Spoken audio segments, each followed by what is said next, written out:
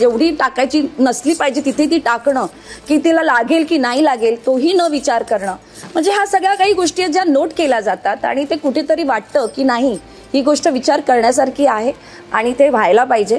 So मी विशालचं नाव घेते आणि विशालचा चेहरा कुठते. अहो मी तुम्हाला असं वाटतं की जर तिला नाही दिसत आहे की मी पोचत आहे तर मी अजून मेहनत करीन, कारण 4 आठवडे अजून आहेत. तर बॉस मराठीच्या अपकमिंग एपिसोडमध्ये घरामध्ये तंटे सुरू झाले आहेत आणि आता यामध्ये दीपाली आणि विशाल या दोघांमध्ये वादाचा भडका उडाला होता.